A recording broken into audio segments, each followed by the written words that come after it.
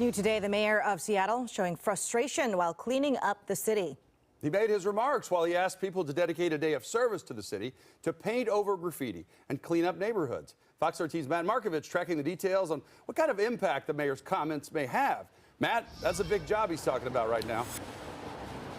It is. I mean, just take a look at this one sidewalk here. A full block of nothing but graffiti on both sides of the sidewalk near to this construction area. Now, the city of Seattle has $3.7 million it's going to be spending this year and 15 full-time people to clean up messes like this.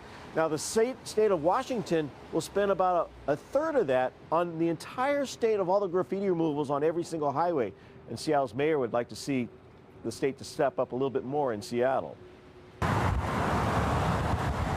It's hard to miss elaborate graffiti on almost every wall on I-5 throughout downtown Seattle. It goes on for miles, on the off-ramps, on signs, on construction equipment, inside the Mercer Street on and off-ramp tunnels. The freeways are totally unacceptable. So frustrated is the mayor with graffiti on Washington state-owned highway right-of-ways.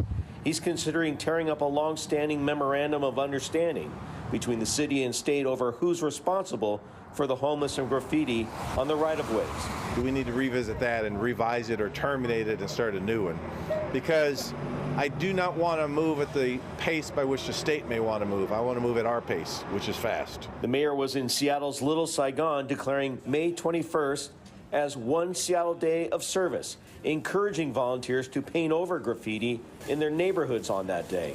What is your plan to tackle graffiti in the city of Seattle? Are you going to rely on volunteers to remove it? So we're going to have a multi-pronged strategy, an investment strategy, a new sense of urgency and teamwork. And yes, we're going to ask people to help out. I'll buy the paint and the brush. The mayor made his remarks inside a parking lot at 12th and Jackson, a corner notorious for crime. And he was in a parking lot protected and surrounded by high steel fencing with barbed wire. Across the street, volunteers symbolically painted one wall of graffiti as a photo op. No one is tracking graffiti, and it just pops up like hours after it's been removed. The city requires businesses to clean up graffiti when it gets out of hand. And the mayor suggests the same rules should apply to the state. If we sometimes as a city penalize business owners for not acting quick enough, we need the state to act with the same sense of urgency. WSDOT says it prioritizes graffiti removal that have offensive language and or don't need specialized equipment, traffic control, or law enforcement escorts.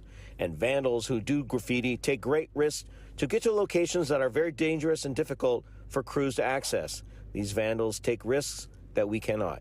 Hopefully this summer you're going to see real progress on the state highway system. It's awful. Now, for nearly a decade, the Seattle Police Department had a full-time graffiti investigator, but 2 years ago, it abandoned that job, gave it to kind of a general assignment investigators, no longer full-time, abandoned that job because of an SBD reorganization.